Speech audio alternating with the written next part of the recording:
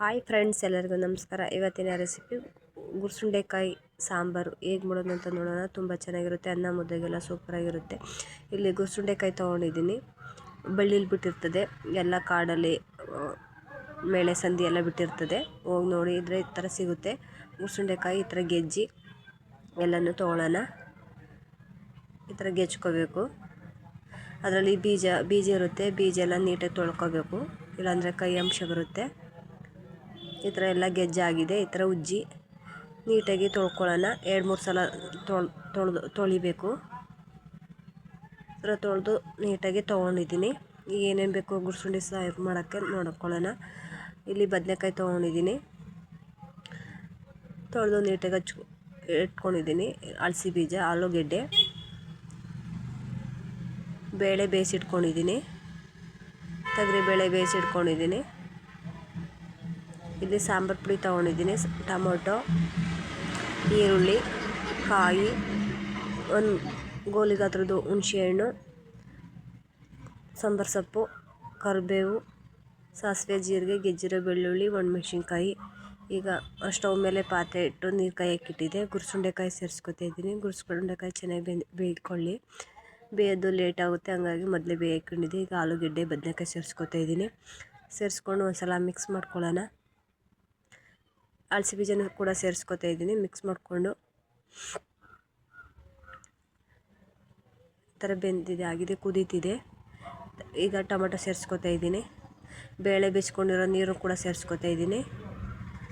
ಸೇರಿಸ್ಕೊಂಡು ಮಿಕ್ಸಿ ಜಾರಿಗೆ ಟೊಮೊಟೊ, ಈರುಳ್ಳಿ, ನೆನೆಸಿಟ್ಕೊಂಡಿದ್ದೋ ಹುಣಸೆಹಣ್ಣು, ಕಾಯಿ, ಸಾಂಬಾರು ಪುಡಿ, ಒಂದು ಸ್ವಲ್ಪ ನೀರು ಹಾಕಿ ಪೇಸ್ಟ್ ಮಾಡ್ಕೊಳ್ಳೋಣ.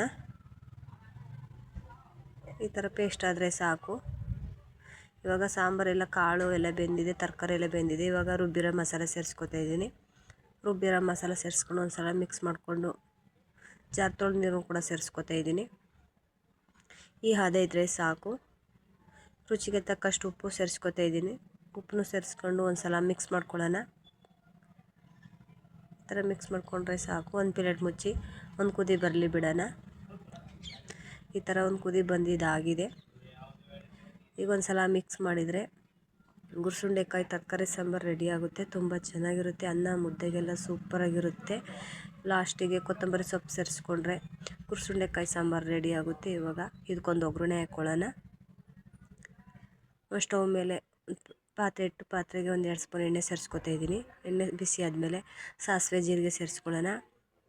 ಸಾಸಿವೆ ಜೀರಿಗೆ ಆದಮೇಲೆ ಒಣಮೆಣ್ಸಿನ್ಕಾಯಿ, ಕರಿಬೇವು ಸೊಪ್ಪು, ಗೆಜ್ಜಿರೋ ಬೆಳ್ಳುಳ್ಳಿ ಸೇರಿಸ್ಕೊಂಡು ಚೆನ್ನಾಗಿ ಫ್ರೈ ಮಾಡ್ಕೊಳ್ಳೋಣ.